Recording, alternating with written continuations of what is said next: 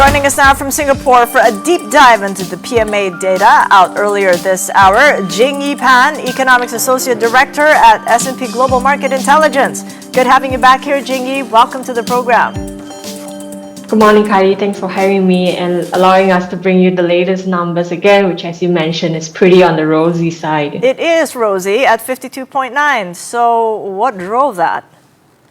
Well, first of all, I just really want to remind everyone that the headline number is made out of 5 different subcomponents. And as you alluded to, the number itself, or being the 9-month high, I think it's important to point out it's contributed to by an array of factors, including a renewal in terms of growth, which by that we mean above 50 reading for both the output, which is production related, and also the new orders demand indices. So what we have seen is a improvement, recovery in demand at the start of the year that's brought about higher production, that's brought about higher employment, and that's brought a renewal as well in terms of inventory building. So all of this have contributed to the latest number. Now, as you've mentioned as well, a lot of this has to do with improvement in demand both domestically in the Philippines and also externally outside.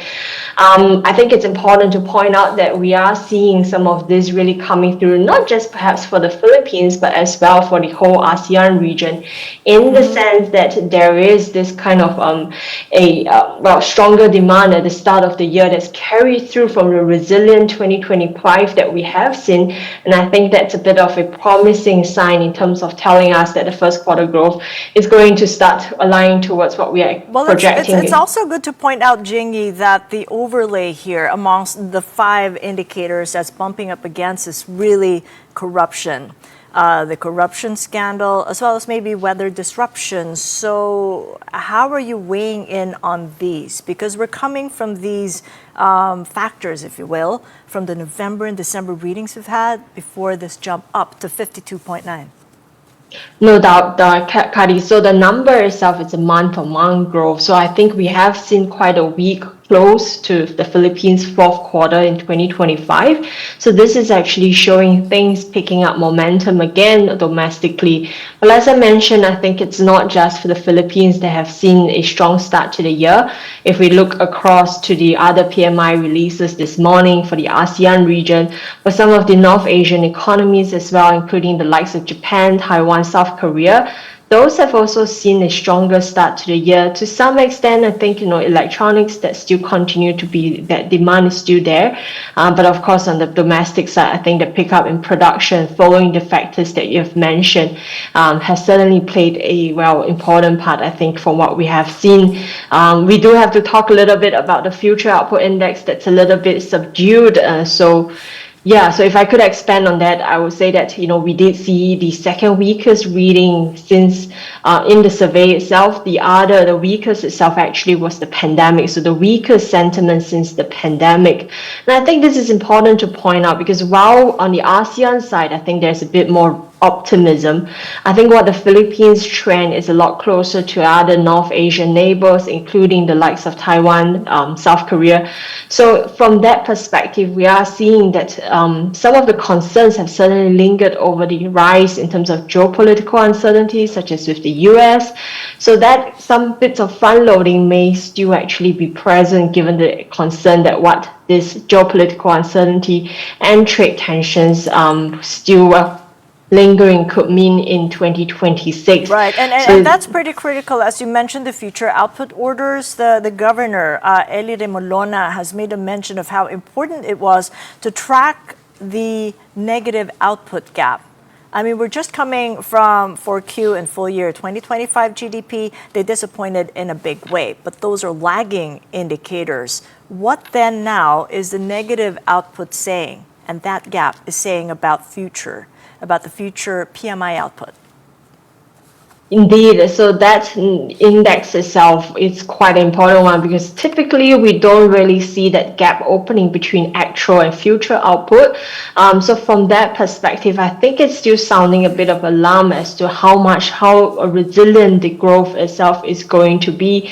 But for what it is worth, I could also just highlight as well as S&P Global Market Intelligence, our forecast for GDP for the Philippines in 2026 is actually a stronger 5.5%. 5%. Trust is a little bit on the high side, but with that being said, we still look to a lot of this, well, we just mentioned as well, the likelihood of rate cuts. We're penciling one imminently for February and also in April itself. That's going to help show up some of the confidence. But over and above that, I think even despite the lowering or the lowering of target of infrastructure spending, we are expecting that to also actually help show up that 5.5% growth we are projecting. So from the short-term trend, we're definitely going to keep watch on the PMI numbers, particularly if confidence could actually be buoyed up in February with potential rate cut that we are penciling in. But overall, I think we did have, at least on the actual output side, a good January so far. Well, let me pick up on confidence because that's really key in this reading. I mean, business confidence in December looked pretty optimistic but cautious. But right now, that seems to be the key worry as to how it's going to hold up. Yeah, definitely, Katie. So this is definitely reflecting sentiment on the floor. As we mentioned, the concerns spread across not just what could be a domestic production trend itself, but also externally, the factors are actually very heavily weighing on sentiment. But let us recall that January has been another month where geopolitical concerns have actually spread across the globe. Then on that end itself, I think that's something to take note of. But what's, I think, as well that we have seen, as I mentioned, the employment index, there was a renewal in growth of employment. So the businesses themselves are worried, but they're still hiring. They are starting to buy inputs again, input product for their production again. So I think on the actual ground itself, the PMI sub-indices are showing that perhaps they are not altogether pausing that. If the employment index does not pick up alongside demand, if the stocks of purchases are not picking up, that's when we are getting a little bit more worried. But I think right now, it's more of a wait and see, Kari. A wait and see, but they're hiring. I mean, on the employment side, we saw some stabilization last December, but that was because of seasonalities. So what do you think is driving that? If they are hiring, and as you say they are, what would be the key drivers then? Well, the numbers that we actually publish are already seasonally adjusted, so they are not driven by seasonal factors, even though it's the start of the year. What we did see in terms of what they have been telling us from the comments are that due to the fact that there's higher demand at the start of the year and also the higher output at the start of the year, and that has driven them to actually increase their capacity to accommodate to that. Well, to some extent, yes, employment could be a little bit of a lagging indicator as well. But what we do see with the stocks of purchases as well is that they have also picked up buying of the inputs again. So I think that's a bit of a promising sign, at least that in terms of the inventory, they are actually starting to rebuild that a little bit into the January month itself. So from that perspective, I think it is telling us that they are still willing to invest to some extent, even though they are worried about how much production growth could actually materialize in 2026. And on that note itself, we are actually expecting industrial production to recover in this year after a weak fourth quarter. Kari. And you did make a mention of the rate cuts coming forth. Could there be a chance that the rate cut next on February 19th be 50 bips and not 25? Well, for right now, we're still seeing, at least what we're penciling in at this point of time, is going to be more spread out. We're going to have one in February and perhaps one in April as well, as the economy looks to recover in that sense. I think it's going to be a bit more moderate from what we're seeing based on the current economic readings, Kari. All right.